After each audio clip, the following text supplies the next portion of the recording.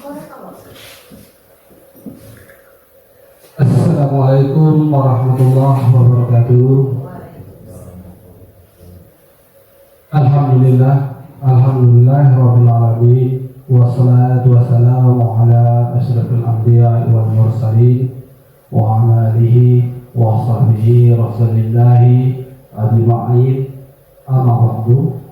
Allahumma shalli ala sayyidina Muhammad wa ala ali sayyidina Muhammad kama shallaita ala sayyidina Ibrahim wa ala ali sayyidina Ibrahim fil alamin innaka Hamidum Majid. Bapak Ibu yang saya hormati, ribuan terima kasih saya ucapkan karena sudah berkenan hadir pada hari ini dalam acara sosialisasi budaya positif di sekolah SD Negeri 10 Morong. Baiklah Bapak Ibu yang saya hormati, untuk tidak memperpanjangkan waktu, saya langsung mulai dengan pembahasan topik pada hari ini, yang mana kita akan membahas tentang budaya positif. Bapak Ibu, budaya positif yang insya Allah akan kita laksanakan di sekolah kita. Yang pertama, konsep inti budaya positif ini ada 8 penerapan budaya positif yang bisa Bapak Ibu lakukan di sekolah. Saya di sini bukan berarti menggurui atau mengajar kepada Bapak Ibu yang senior-senior. Saya sedikit berbagi pengetahuan tentang apa yang saya dapat melalui pendidikan guru penggerak ini. Yang pertama, kita akan membahas tentang perubahan paradigma belajar. Kedua, disiplin positif, nilai-nilai kebajikan. Kemudian kebutuhan dasar manusia, motivasi perilaku manusia, posisi kontrol guru, keyakinan kelas, dan seketika restitusi. Ini yang akan kita bahas. Yang pertama, kita akan membahas tentang pembelajaran dengan paradigma baru. Pembelajaran dengan paradigma baru ini, atau sering kita sebut dengan berdiferensiasi. Ini pembelajaran paradigma baru, tidak seperti pembelajaran yang kita laksanakan seperti mana biasa. Ini pembelajaran yang lebih spesifik terhadap peserta didik. Kira-kira Bapak Ibu tahu tidak apa gambaran berdiferensiasi? Pak Supri? Belum? Pembelajaran berdiferensiasi ini adalah pembelajaran ya. Oke. Ada juga yang mengatakan pembelajaran yang bersifat atau berpihak kepada murid. Berpihak kepada murid ini artinya murid hadir ke sekolah ini dengan latar belakang yang berbeda. Ada yang sarapan pagi, ada yang belum, ada yang sakit perut. Ini latar belakang yang berbeda. Kemudian ada masalah di rumah dibawa sekolah, ada tidak sempat sarapan atau bagaimana. Jadi pembelajaran berdiferensiasi ini menyesuaikan. Ketika di kelas ada siswa yang dia sudah menguasai materi atau dikategorikan pintar dia daripada teman-teman yang lain. Jadi terkadang seorang guru ini dia mengajar yang pintar ini cenderung kadang dikasih soal atau materi yang lebih daripada teman yang lain. Terkadang Siswa yang pintar ini apabila sudah selesai mengerjakan tugasnya, guru selalu menyuruh mereka keluar untuk beristirahat, karena mereka menganggap siswa tadi khawatir mengganggu temannya di kelas. Tapi Bapak Ibu, pembelajaran berdiferensiasi ini bukan seperti itu. Seharusnya guru di kelas itu membuat kelompok-kelompok kecil siswa yang pintar berbaur atau berkolaborasi dengan siswa yang kita anggap kurang, sehingga siswa yang kurang tadi bisa tercukupi nilai-nilainya, bisa sama, karena yang pintar tadi bisa menjadi tutor teman sebaya. Mereka bisa membantu dalam proses belajar. Kemudian ini akan mewujudkan profil belajar Pancasila. Tujuannya ke situ. Yang sudah kita bahas di minggu yang kemarin tentang profil belajar Pancasila. Yang selanjutnya miskonsepsi tentang teori kontrol. Yang pertama, ilusi guru mengontrol murid. Nah, ini semuanya ilusi sebenarnya. Contoh, Bapak Ibu ada suatu benda atau sesuatu yang Bapak Ibu sayangi, Bapak Ibu genggam dengan erat. Nah, ketika itu saya mempunyai tiga posisi kontrol. Yang pertama, saya meminta cara baik-baik. Contoh, Pak Supri, boleh saya lihat apa yang Bapak genggam? Ini barang yang paling Pak Supri sayang. Tentu Pak Supri tidak akan mau. Betul tidak? Kemudian dengan cara yang lain, Pak Supri, kalau seandainya tidak ngasih, awas Pak Supri. Ini sistem kontrol mengancam. Yang ketiga, dengan kekerasan, dengan paksaan, dengan suara yang lantang, memaksa Pak Supri harus memberikan apa yang didengar tersebut. Kebanyakan kita sebagai seorang guru selalu mempraktekkan itu kepada siswa, seolah-olah guru bisa mengontrol siswa. Pada hakikatnya guru ini tidak bisa. Yang bisa mengontrol diri siswa itu adalah diri sendiri. Terkadang siswa tidak membuat tugas, kita ancam. Nanti nak, kalau tak buat tugas, kamu tak naik kelas. Itu sering kita mengontrol. Betul tidak? Kemudian emosi bahwa semua penguatan positif efektif dan bermanfaat.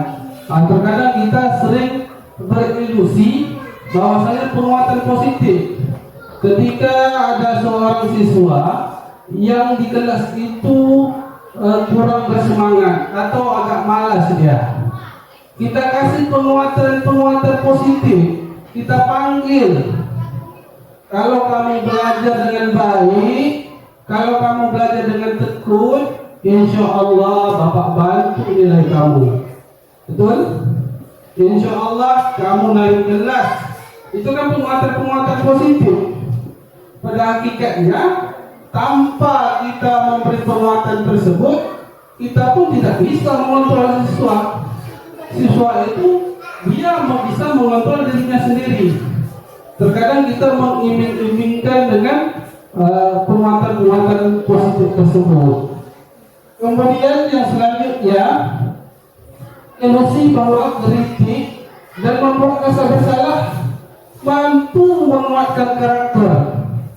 Terkadang dengan kasus yang sama, siswa ini dia agak malas atau kurang bersemangat belajar, kemudian kita kasih dengan kritikan.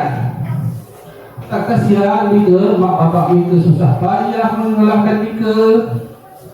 Tak kasihan Mika, orang tua mencari uang demi sekolah mereka. Terkadang kita sering membuat mereka merasa bersalah. Bahkan ada yang menangis. Ini sudah saya praktekkan kemarin. Sampai menangis mereka membayangkan susah payahnya orang itu. Ternyata hal ini tidak efektif jangka panjang, hanya sementara. Pulang sekolah, lupa lagi mereka. Pada hakikatnya yang saya lakukan itu adalah ilusi. Ilusi itu hanya angan-angan, ilusi, bayangan. Kemudian ilusi bahwa orang dewasa berhak memaksa. Macam contoh tadi, seorang guru sering memaksa siswa untuk mengerjakan tugas. Kita paksa dia, kalau tidak naik kelas. Sering kita lakukan itu, Bapak Ibu. Pada hakikatnya itu hanya ilusi seorang guru. Baik, kita lanjut. Ini adalah gambaran stimulasi respon dan teori kontrol. Kalau kita lihat di tabel tersebut, stimulus respon itu realitasnya kebutuhan kita sama. Kita melihat kebutuhan kita sama. Pada hakikatnya teori kontrol, kebutuhan kita berbeda. Kita berasal dari latar belakang yang berbeda. Tidak bisa kita samakan semua siswa itu sama. Datang ke sekolah harus tertib, harus diam, kemudian harus mendengarkan. Tidak semua. Terkadang ada siswa yang suka main-main saat belajar. Jadi ini adalah teori kontrol. Kemudian orang lain bisa mengontrol saya. Kalau teori kontrolnya hanya Anda yang bisa mengontrol diri Anda sendiri. Ya, contoh yang tadi, saya tidak bisa mengontrol Pak Supri untuk membuka apa yang dia sayangi tadi, apalagi memaksa dia untuk memberi ke saya. Itu tidak bisa. Kemudian pemaksaan pada saat bekal. Setelah saya bujuk Pak Supri tadi, saya paksa. Itu kalau stimulus respon.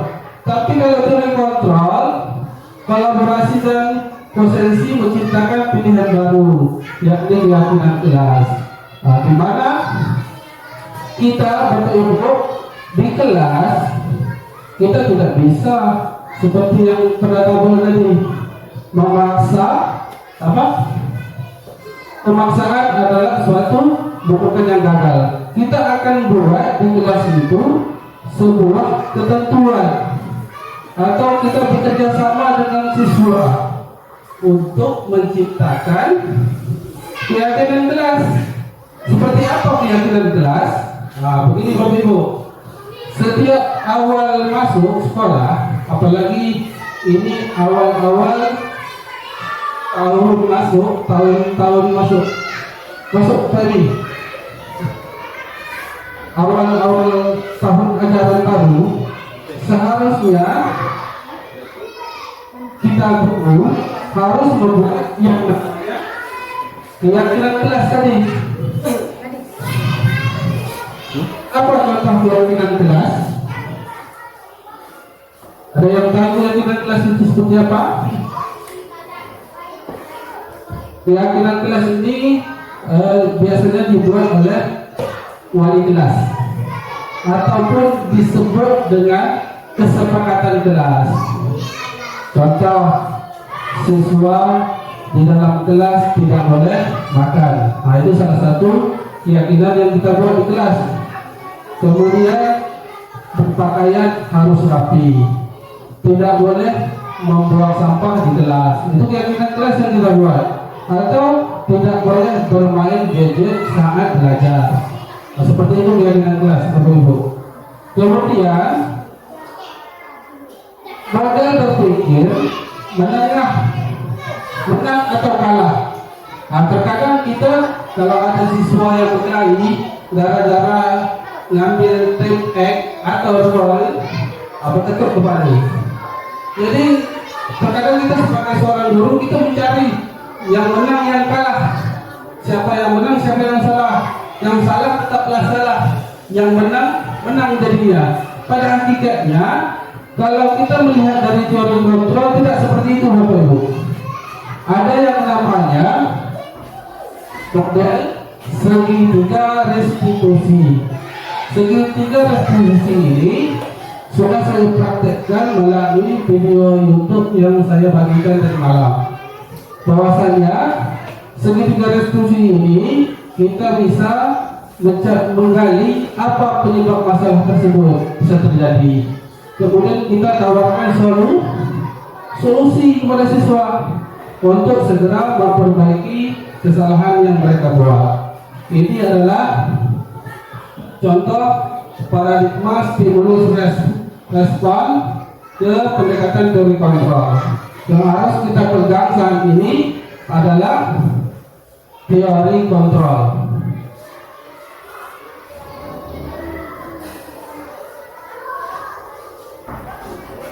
Kita selanjutnya disiplin positif. Disiplin ini berasal dari kata disiplina yang artinya belajar. Disiplin itu artinya belajar Bapak Ibu. Disiplin mengacu pada disiplin diri untuk memiliki tanggung jawab terhadap apa yang dilakukan. Ketika mendengar disiplin, apa dalam pikiran Bapak Ibu? Apa disiplin itu? Terkadang di sekolah kita punya aturan atau disiplin atau tata tertib patuh. Itu yang kita pahami selama ini. Disiplin itu adalah aturan. Terlambat ke sekolah berdiri di tiang bendera. Terlambat apel upacara kita push up.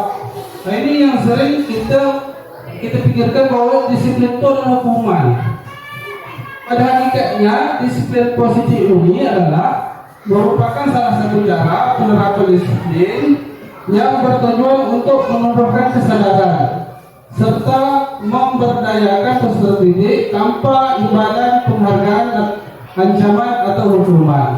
Terkadang saat siswa terlambat, kita memberi hukuman, keliling lapangan lah, push up lah.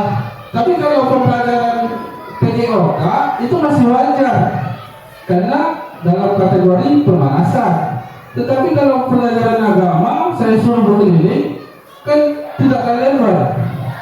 Jadi terkadang kita memberi hukuman. Kita juga sering memberi penghargaan kepada siswa yang aktif atau siswa yang pintar dalam kelas. Bahkan saya dulu pernah ngasih siapa yang bisa jawab, siapa yang selesai duluan dapat hadiah. Kadang saya kasih uang jajan, kadang saya kasih permen. Ternyata setelah saya belajar tentang budaya positif ini, penghargaan dan hukuman itu pada hakikatnya sama Bapak Ibu, sama-sama tak boleh kita lakukan.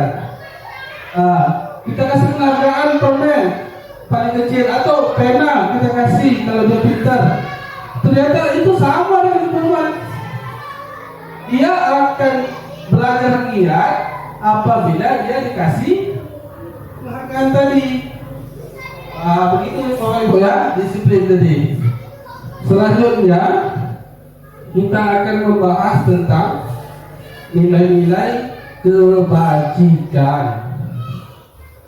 Nilai-nilai kebajikan yang disepakati bersama lepas dari suku bangsa, agama, bahasa maupun latar belakang. Yang pertama, profil belajar Pancasila.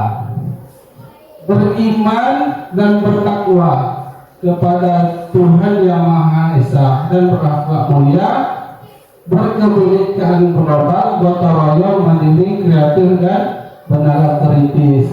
Itu adalah profil belajar Pancasila, yang mana di dalamnya terdapat nilai-nilai kebajikan. Ya Bapak Ibu. Kemudian keterampilan hidup atau life skill, dapat dipercaya lurus hati, pendengar yang aktif, tidak merendah orang lain, dan memberikan yang terbaik dari diri. Jadi ini adalah nilai-nilai kebajikan yang perlu kita tanamkan baik kepada seorang pendidik maupun kepada siswa kita Bapak Ibu.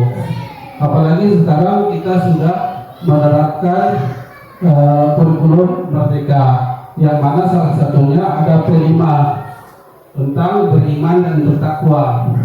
Yang ini sudah mulai kita jalankan untuk melahirkan generasi siswa kita, generasi cerdas, berkualitas dan berakhlak mulia, sesuai dengan visi-misi SD Negeri 10 Porong. Kemudian kalau kita lihat di gambar tadi, itu adalah kebutuhan dasar manusia, tak lepas daripada makan, minum, betul tak? Duduk sikit nak minum, duduk sikit nak makan, sikit-sikit makan. Ya, jadi kebutuhan dasar manusia ini adalah segala sesuatu yang kita lakukan untuk mendapatkan apa yang kita inginkan. Itu kebutuhan dasar.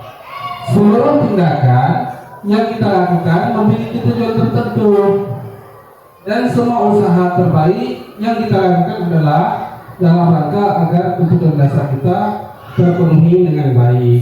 Jadi apapun akan kita lakukan demi kebutuhan tersebut.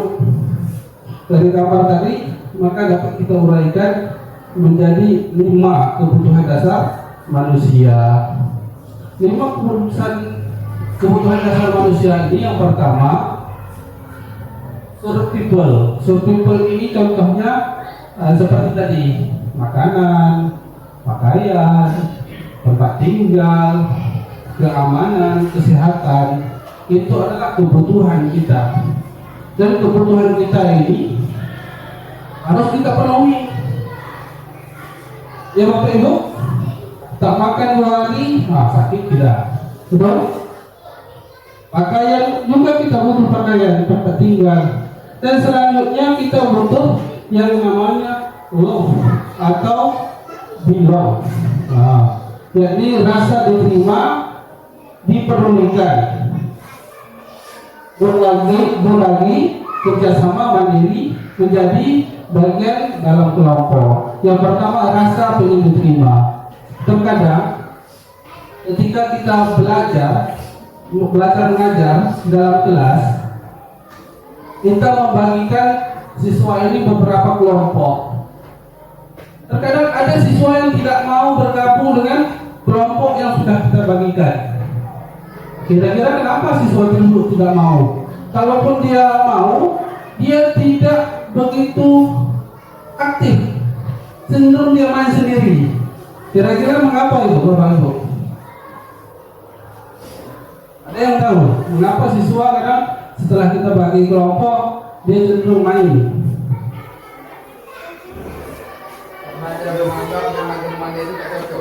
Ya, bisa jadi karena dia merasa temannya tak cocok, dan dia merasa dirinya ini tidak bisa diterima oleh temannya. Dia mau dengan ST-nya saja. Ini terkadang terjadi di dalam kelas. Kemudian power atau harga diri, keinginan dianggap memimpin, berprestasi diakui dan didengar. Terkadang siswa ini cenderung di dalam kelas, dia ketika dia suruh maju, dia maju. Ketika ditanya, dia jawab. Ketika kita suruh teman yang jawab, dia juga yang jawab. Itu namanya power. Dia pengen dihargai. Itu bukan caper Bapak Ibu, itu power, pengen dihargai sebagai pemimpin dia. Kemudian freedom, yakni kebebasan atau mandiri. Jadi freedom ini siswa pengen bebas dia, tak mau kita kontrol, tak mau kita tekan, dia bebas dengan model belajarnya. Terkadang kita mengajar siswa harus tertib semuanya, diam semuanya. Ada tipe anak yang ketika belajar dia tak bisa diam, dia harus sambil main, masuk dia tuh, ya kan?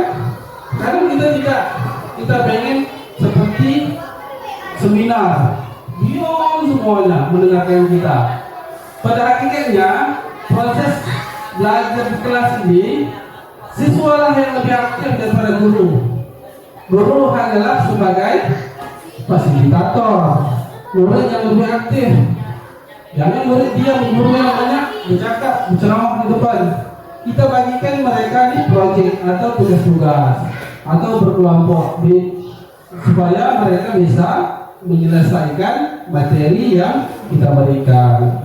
Kemudian fun ini adalah happy. Happy. Sekarang guru ini yang nak fun, siswa tak kasih fun. Sebelum belajar, ini kebutuhan dasar manusia. Jadi siswa itu pengen happy juga. Kadang guru masuk, siswa tertekan, takut, malas betul lah belajar bapak dia. Karena dia tidak fun. Seharusnya yang kita lakukan adalah kita bisa bercerita, kita bisa bagi pengalaman, sharing, sehingga dengan happy jadi siswa tertarik dengan pelajaran yang kita ajarkan. Kebanyakan pelajaran yang siswa suka ini PJK aja, karena sejak belajar main ini ada. Kita buatkan proses belajar kita ini seperti PJK, siswa happy aja, baik itu bahasa Indonesia, baik itu IPA, kita bisa membuat humor atau candaan terhadap siswa tersebut. Lanjut, motivasi perilaku manusia. Yang pertama ada motivasi ekstrinsik. Ini motivasi yang berasal dari luar. Motivasi yang berasal dari luar ini untuk menghindari ketidaknyamanan atau hukuman. Hukuman ini motivasi yang berasal dari luar. Seperti yang saya contohkan tadi, terlambat masuk sekolah, terkadang kita hukum siswa tersebut dengan mengelilingi lapangan atau hormat kepada tiang bendera. Inilah motivasi ekstrinsik. Mereka tidak mengetahui ketika terlambat, ternyata aku dipun ini, ternyata aku disuruh push up. Mereka tidak menyadari itu. Kemudian kita berharap dengan memberi hukuman, siswa termotivasi untuk disiplin. Ternyata ini cuma motivasi. Kemudian untuk mendapatkan imbalan atau penghargaan dari orang lain, itu sama itu. Selain hukuman tadi, penghargaan atau imbalan dari itu juga termasuk motivasi yang berasal dari luar. Sedangkan motivasi intrinsik ini motivasi dari dalam diri siswa tersebut untuk menjadi orang yang mereka inginkan dan menghargai diri sendiri dengan nilai-nilai yang mereka percayai. Saya percaya kalau saya datang awal, kalau saya pikir lebih pagi, ini sebuah ibadah. Itu dari diri sendiri. Kemudian kita bisa meyakini bahwasanya motivasi intrinsik ini seperti orang yang lagi mengerjakan puasa, yang tahu puasanya batal, puasanya sah itu hanya diri sendiri. Oke, kita lanjutkan. Jenis kegiatan atau apa tadi yang kita bahas, motivasi tadi, motivasi perilaku, motivasi disiplin. Jadi yang pertama kita sering yang pertama memberi hukuman. Hukuman ini sifatnya ini tidak berencana. tiba-tiba saja. Tiba-tiba siswa datang terlambat, kita suruh hormat yang bendera. Nah, itu hukuman itu. Tiba-tiba siswa lambat upacara atau atributnya tak lengkap, kita kasih hukuman. Kemudian murid tidak tahu apa yang terjadi. Ketika dia terlambat tadi, dia tak tahu bahwasanya dia hari ini akan dihukum. Bahkan siswa ini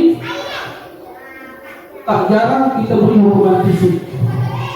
Ada yang berlari tadi, hormat bendera. Kadang-kadang yang bersifat fisik kita berikan hukuman. Mereka ini tidak menyadari sama sekali.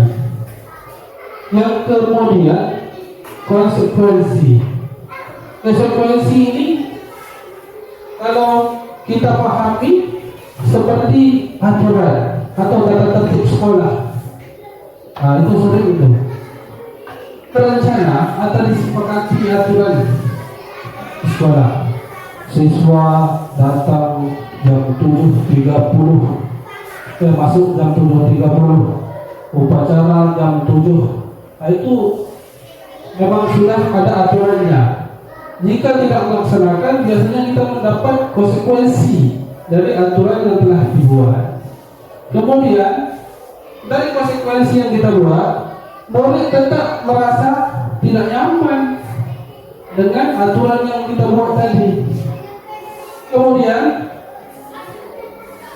sikap guru selalu memonitor murid. Guru mantau sama dengan memonitor, memantau. Kalau salah dipanggil. Kamu tahu nak, kamu hari ini kesalahan kamu apa? Tahu Pak, saya tak validasi Pak. Jadi konsekuensinya saya harus beli Pak. Itu sering kita di sekolah-sekolah membuat aturan atau tata tertib yang berlandaskan konsekuensi. Jadi setelah saya mengikuti pendidikan ini, ternyata ada tawaran yang bisa kita laksanakan di sekolah ini, Bapak Ibu, yakni dengan restitusi. Dia bukan hukuman dan bukan juga konsekuensi. Restitusi ini dia menciptakan kondisi murid untuk memperbaiki kesalahan. Kemudian proses kolaborasi yang mengajarkan murid untuk mencari solusi sendiri. Sebagai contoh kasus, siswa ini kedapatan makan di kelas.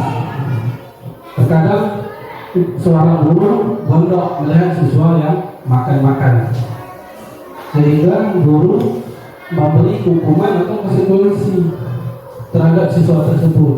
Tak jarang siswa tersebut kadang kita keluarkan karena mengganggu teman yang lain. Pada hakikatnya ada restitusi namanya. Ini seringkali kita bertindak sebagai, ini ada 5 nanti yang akan kita bahas. Ini saya kasih contoh restitusi ini kasus siswa yang makan. Kasus siswa yang makan sudah saya praktekkan adegannya di kanal YouTube yang saya share itu. Bahwasanya seorang guru ini bertindak sebagai manajer dia, memanggil siswa tersebut, bertanya mengapa siswa tersebut melakukan hal itu di dalam kelas. Kemudian kita validkan, valid itu apa kesalahannya, dan kita beri motivasi. Kalau kamu makan di kelas karena lapar, bapak pun makan juga kalau lapar, seperti itu. Kemudian kita beri gambaran kalau makan di kelas itu memang tidak baik. Kemudian kita tawarkan solusi. Apa solusi yang bisa kamu kerjakan? Karena kamu sudah melanggar keyakinan kelas. Kan kita ada keyakinan kelas. Tidak boleh makan sambil belajar. Artinya siswa ini dia akan mencari solusi. Baik Pak, saya akan berubah mulai besok, saya tidak akan makan itu. Kan alangkah baiknya siswa itu memperbaiki diri sendiri tanpa harus kita beri hukuman. Selanjutnya,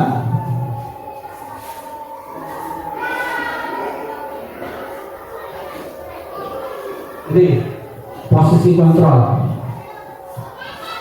Posisi kontrol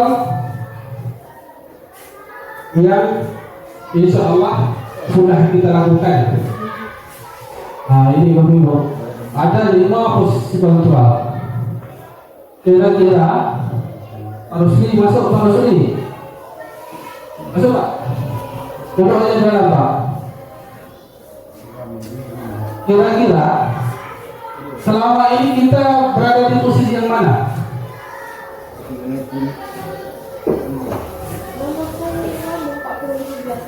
Silakan Pak, duduk. Oh, Pak. Terima kasih, Pak. Ibu, kira-kira kita pernah melakukan posisi kontrol ini yang mana? Yang 4. 1, 4. Coba lagi. Pak Supri? 1, 4 juga. Kalau Pak Salpan? Oh. Mau masuk Pak. Kalau saya Bapak Ibu, kalau di kelas saya sering pakai pembuat rasa bersalah, sehingga siswa tadi berkesannya lama, timbul gitu. Tapi sekarang sifatnya ini tidak tahan lama, sementara. Sampai nangis-nangis sudah gitu Ibu. Yang penghukum tadi sudah dijelaskan. Itu cara lama yang sering diterapkan di sekolah. Siswa lama hukum, siswa tidak lengkap hukum, itu cara lama. Kemudian cara yang kedua tadi membuat rasa bersalah. Terkadang seorang guru ini dia punya trik kepemimpinan. Kalau ada siswa yang terlambat atau siswa yang tidak lengkap pakaiannya, trik kita panggil. Apa yang sering kita lakukan? Kita membuat mereka merasa bersalah. Tak kasihanan kena. Bapak dari dulu negur, bapak dari dulu ngajar, macam gini aja laku mikir. Sering kita membuat mereka itu merasa iba, sehingga membangkit kesadaran mereka sendiri. Kemudian kita bertindak sebagai teman. Ada Bapak Ibu, ketika ada siswa yang berkasus di kelas, kita bertindak sebagai teman, seolah-olah kita ini bukan gurunya, kita menjadi temannya.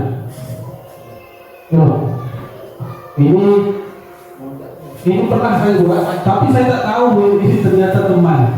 Dulu di kelas 6 yang lalu, yang namanya Ridho, siswa kita Ridho itu dulu disebut tidur. Saya tidak menghukumnya, saya tidak membangunnya dengan buku, dan saya juga tidak menyiramnya dengan air.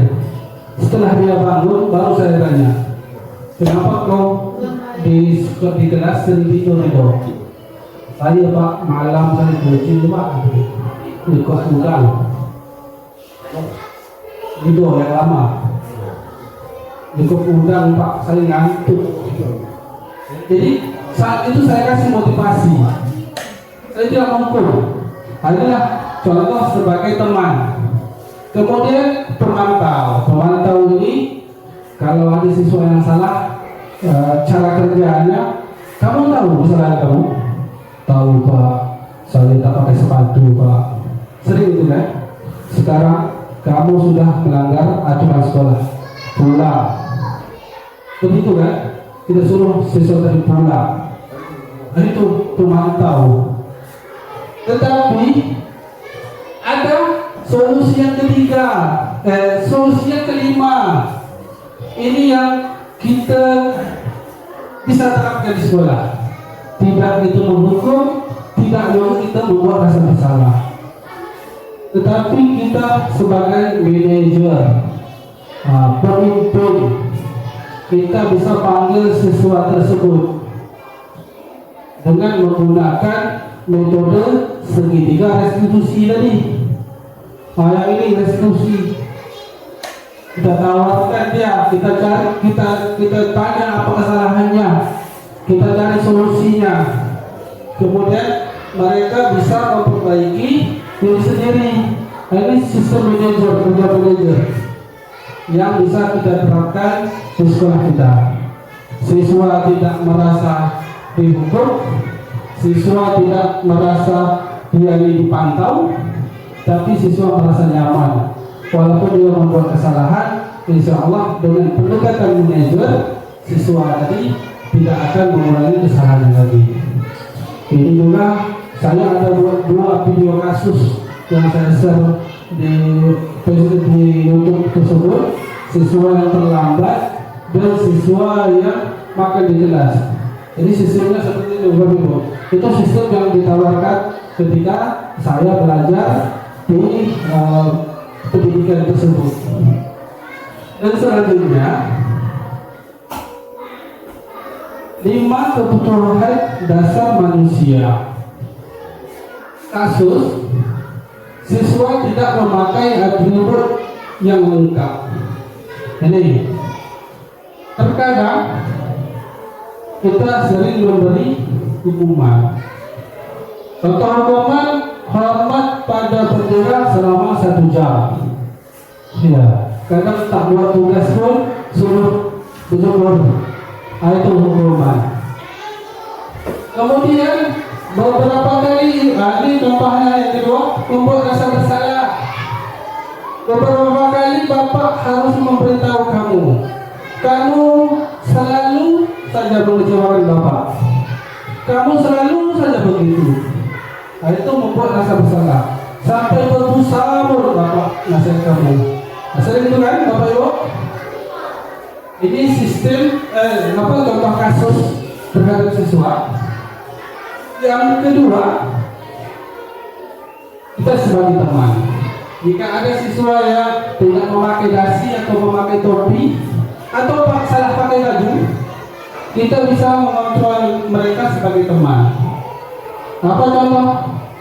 Ayo dong, ikuti aturan sekolah. Tolong bantu bapak ya, sekali ini. Sudah tidak apa-apa. Lain kali jangan berbuat seperti kali ini lagi ya. Bisa kita seperti dulu, sehingga ada kesadaran siswa ketika kita memberi nasihat seperti itu. Tolong bapak ya. Nah. Kemudian pemantau. Kamu sudah mendengar peraturan sekolah. Kamu tahu konsekuensinya. Setelah ucapan kamu beli atribut konservasi sekolah. Jadi sistem pemantau nih. Dia tak mau tahu. Yang penting apabila sudah melanggar, ini konstitusinya. Ini sistem pemantau. Dan yang selanjutnya sistem apa yang kelima? Manajer. Betul sekali. Sistem manajer ini, apakah kamu tahu kesalahanmu? Nah, ini sangat siswa tersebut kita panggil. Apakah kamu tahu kesalahanmu? Kira-kira bagaimana kamu akan memperbaiki kesalahan ini? Jadi kita menawarkan solusi kepada siswa. Terkadang siswa lebih suka seperti ini waktu. Baiklah Pak, saya pulang sebentar Pak, saya ambil, saya ganti. Ataupun siswa kadang dia sering meminjam produk teman, berkelahi dia. Kita bisa pakai sistem manajer ini. Kita tanya kesalahannya, apa solusinya? Baiklah Pak, saya tidak akan pinjam lagi Pak. Saya ke bawah saja Pak, beli. Bisa kita tawarkan. Kalaupun kita tak bisa beli, saya pinjam dengan adik saya di kelas bawah Pak. Bisa. Tak perlu kita bersikeras untuk menghukum siswa tersebut, apalagi dengan cara fisik. Kasihan, karena siswa ini adalah aset sekolah, baik itu siswa yang pintar maupun siswa yang lemah. Nah, itu adalah aset sekolah yang harus kita jaga. Selanjutnya, kalau sudah sampai ke 15 slide di tak banyak lagi Bapak Ibu. Dan kita tadi ada 8. Ini Posisi kontrol. Apakah aku? Nah. Posisi kontrol. Sekarang saya tanya kepada Bapak yang ada di sini. Saya kecewa sekali dengan kamu. Kira-kira posisi kontrol yang mana tadi? Saya kecewa sekali dengan kamu. Asik melanggar di kamu ini. Posisi apa? Mantau. Ya. Kalau yang selanjutnya, kamu tidak benar-benar melakukannya. Ini kira-kira kontrol yang mana tadi?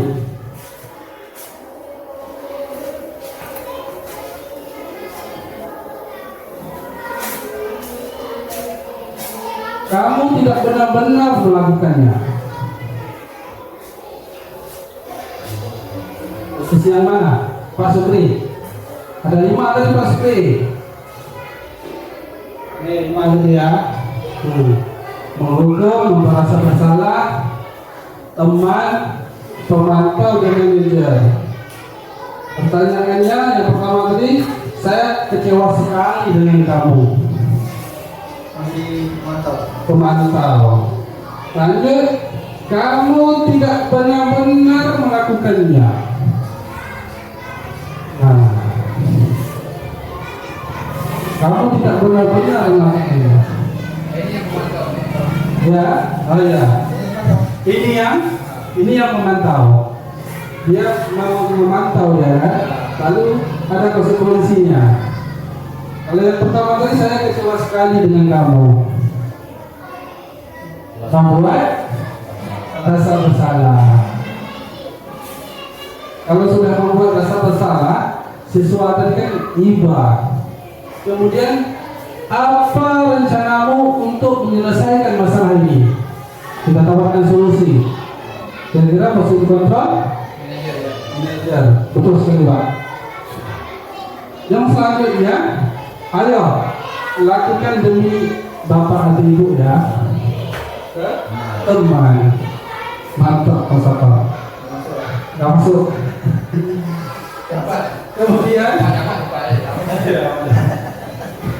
Kemudian kamu tidak pernah mendapat nilai jika tidak kamu tidak pernah mendapat nilai jika tidak mengerjakan tugas. Posisi kontrol yang mana? Kamu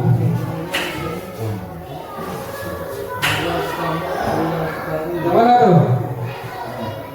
Penghukum, pemantau, teman, manajer.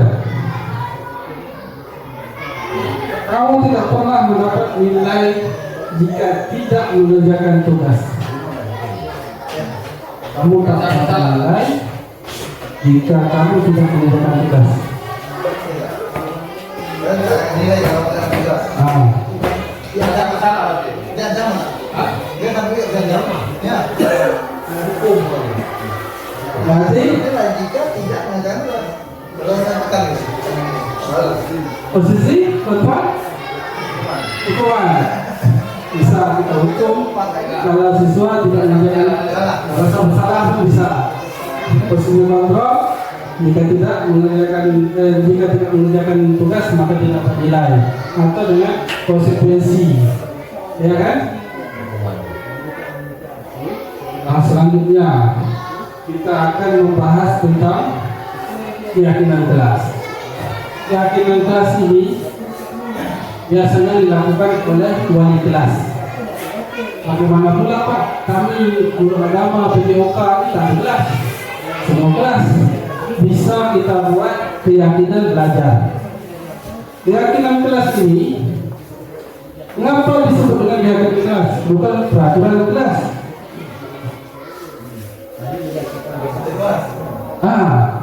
Kenapa harus keyakinan? Kenapa aturan kelas?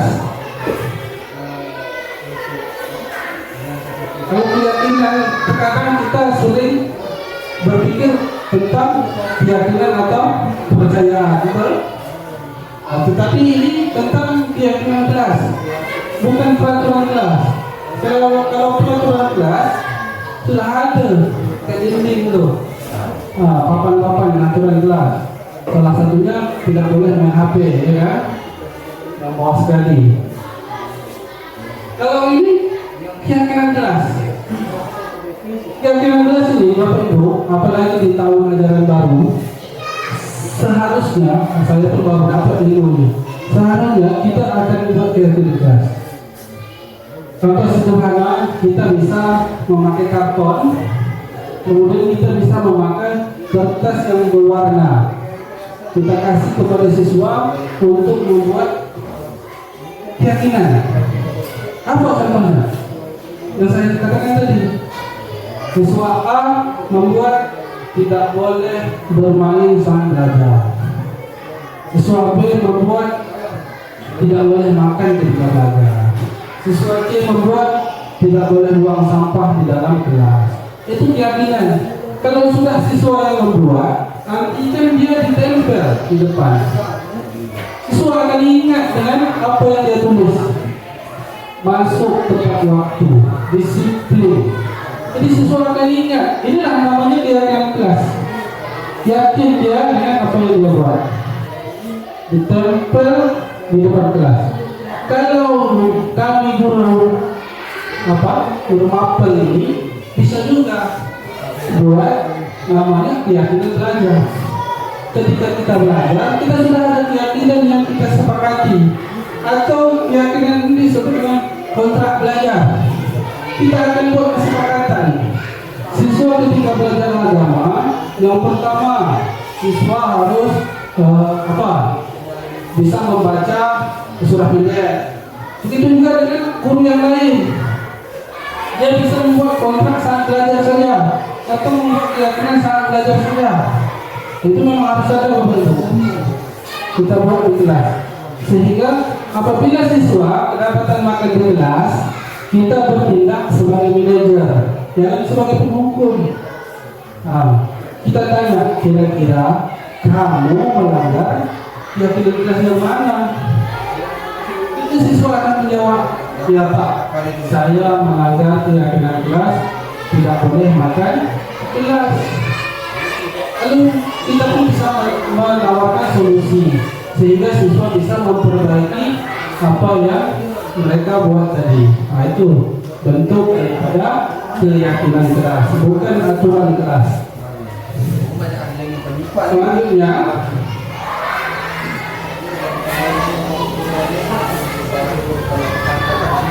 pembentukan keyakinan kelas.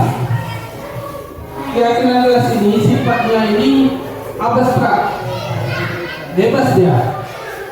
Berbeda dengan aturan kelas. Kalau aturan kelas tadi jelas, tertulis.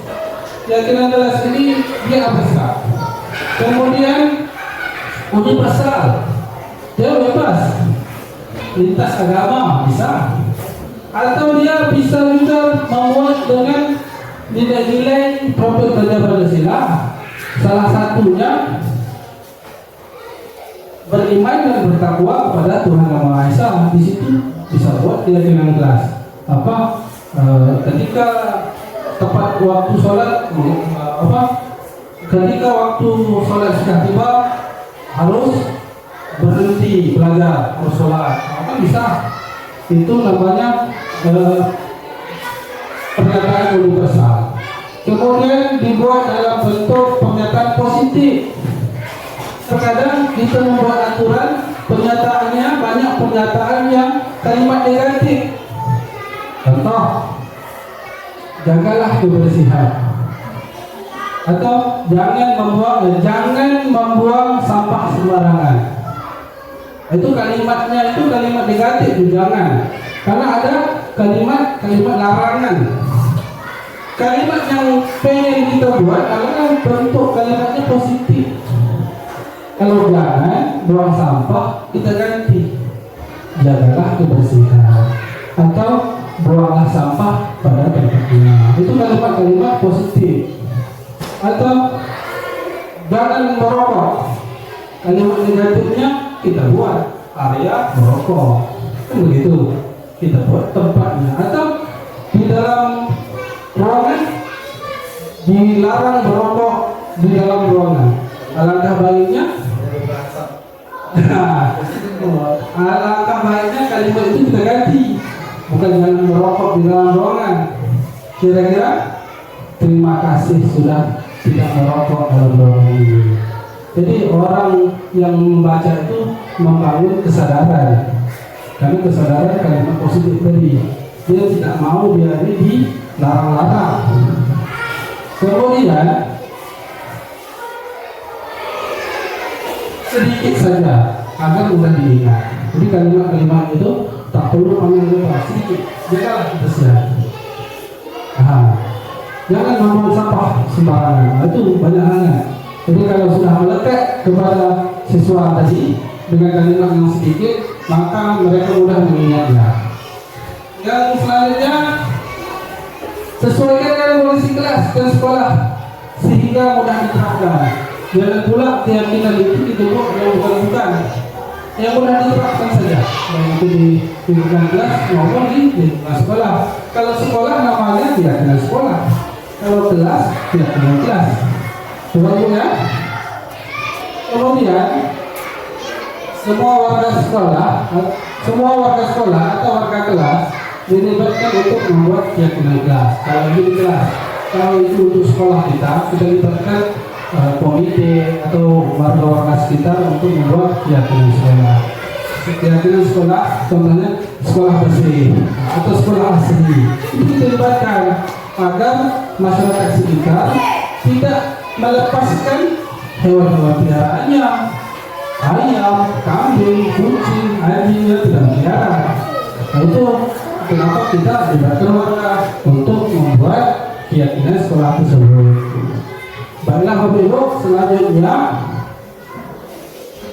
ini segitiga restitusi. Segitiga restitusi ini suatu proses dialog yang dijalankan oleh guru agar dapat menghasilkan murid yang mandiri dan bertanggung jawab. Segitiga restitusi ini sudah saya buat kasus yang pertama siswa itu terlambat ke sekolah, yang kedua makan di kelas. Adapun segitiga restitusi ini bukan segitiga biru ya, tepung. Validasi tindakan yang salah. Kita tanya dulu, kamu tahu apa kesalahanmu? Contohnya dia makan jadi ya, tahu Pak, saya makan di kelas Pak. Lalu kita tanyakan keyakinan kelasnya. Kira-kira keyakinan kelas yang mana yang melanggar? Saya melanggar keyakinan kelas, makan di kelas Pak. Nah, lalu kita menstabilkan identitas. Apa stabilkan identitas? Menstabilkan diri mereka.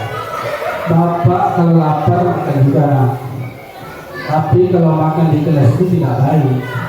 Nah, kemudian semua orang pernah melakukan kesalahan. Bapak juga pernah juga melakukan kesalahan. Nah, bukan berarti wah Bapak salah juga, nggak salah. Bukan berarti begitu.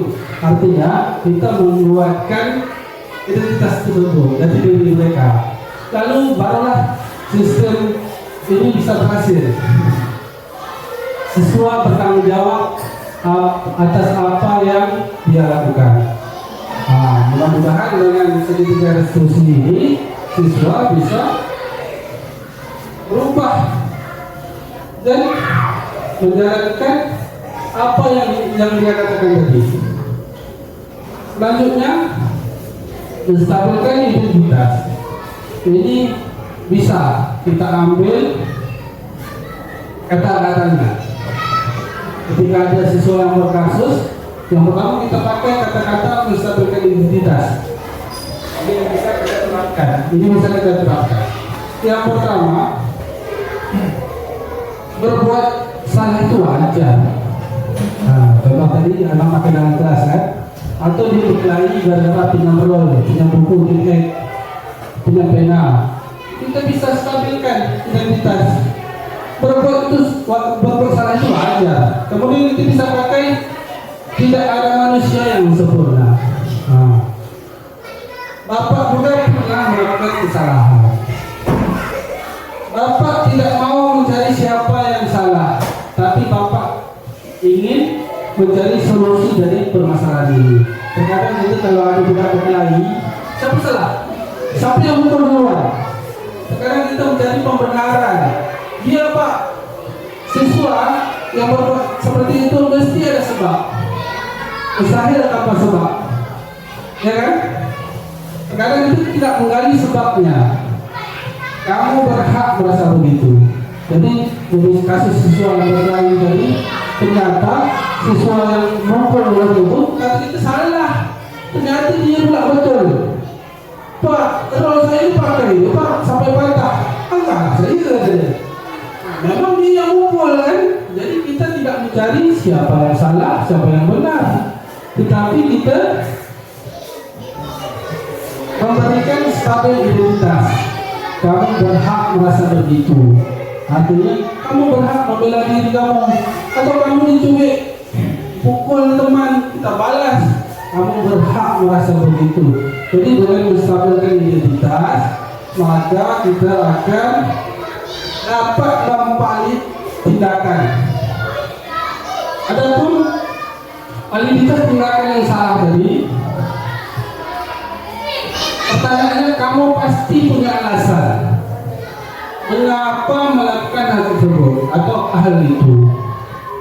Kemudian kita bisa menanyakan, padahal kamu bisa melakukan lebih baik dari ini. Bisa. Kita semangatkan dia. Kemudian kamu patut bangga karena telah melindungi sesuatu yang penting bagimu. Dia malah tadi gara-gara penggarisnya diambil teman atau patah. Dia berhak atau melindungi sesuatu yang berharga bagimu. Kemudian kamu melakukannya karena mempertahankan hal yang penting bagimu. Jadi kita padatkan kenapa dia berbuat tadi, kenapa hal itu bisa terjadi. Kita padatkan dulu, lalu kita tanyakan keyakinannya, keyakinan kelas yang kita buat. Berdasarkan prinsip teori kontrol, bahwa pada dasarnya kita termotivasi secara intrinsik dari dalam diri sendiri, bukan dari paksaan atau hukuman. Contohnya, apa keyakinan kelas yang telah kamu langgar? Itu kan dia yang buat di kelas tadi, bukan kita buat aturan, tapi dia sendiri. Itu yang berasal daripada diri mereka sendiri. Kemudian nilai-nilai apa yang telah disepakati bersama, kita kan sudah buat keyakinan kelas.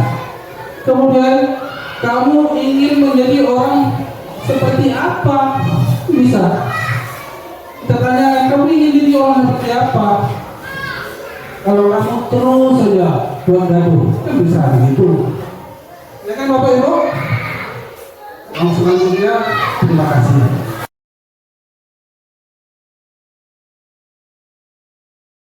Baiklah, anak-anak, kita hari ini akan membuat yang namanya keyakinan kelas.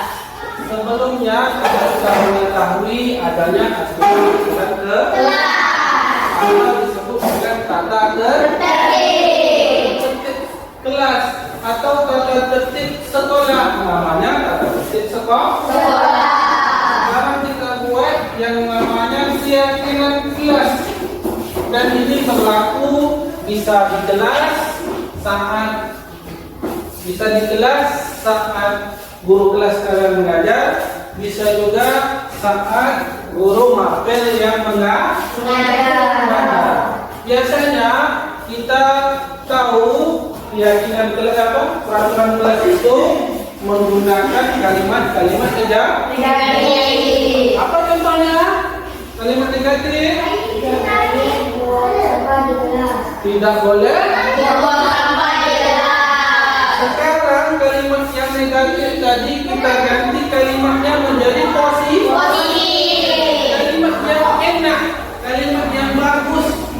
Kalau tidak boleh membuang sampah sembarangan, diganti menjadi jangan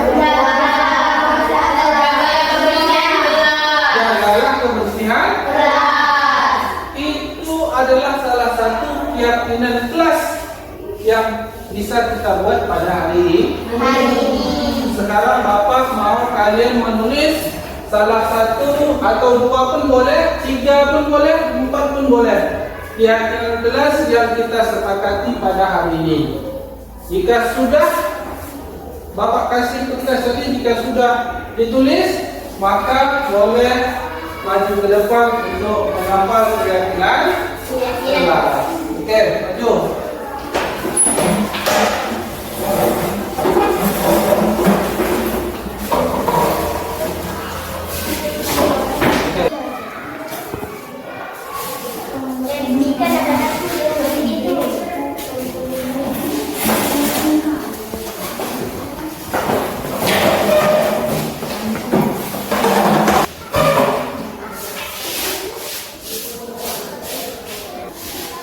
Baiklah, karena sudah kita membuat keyakinan kelas tadi, Bapak akan membaca keyakinan kelas yang sudah kalian buat pada hari ini. Yang pertama adalah jagalah kelestarian sekolah atau kelas. Kemudian jagalah kebersihan sekolah. Bagus. Jagalah kebersihan kelas. Jagalah kebersihan kelas sama.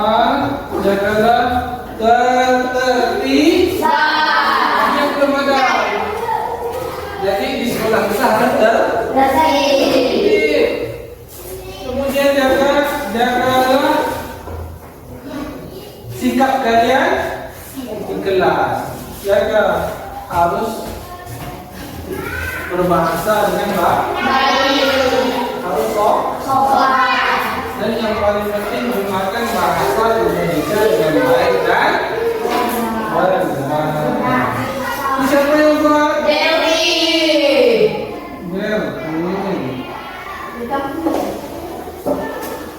Jagalah di sekolah. Oke, sama. Ini siapa yang buat ini? Mila. Oke, baiklah anak. Karena kita sudah membuat keyakinan kelas tadi, mudah-mudahan kalian ini bisa melaksanakan apa yang kalian buat, dan ini menjadi patokan. Jika ada teman kalian yang buang sampah, kita sudah buat keyakinan. Ini kita semua yang buat, berarti jagalah kebersihan kelas. Seperti itu ya. Bisa mengerti? Bisa. Alhamdulillah, keyakinan kelas kita pada hari ini sudah berhasil kita mudah-mudahan kita semua bisa melaksanakan.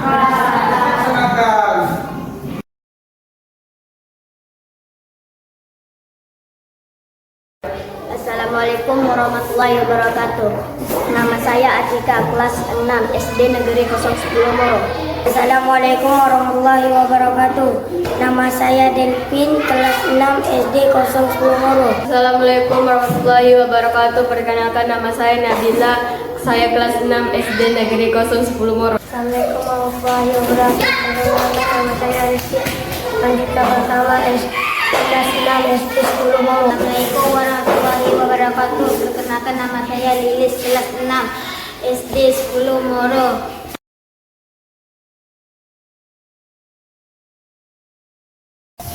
Penting sekali, sangat penting dilakukan. Menurut saya sangat penting sekali. Menurut saya sangat penting sekali. Menurut saya sangat penting sekali.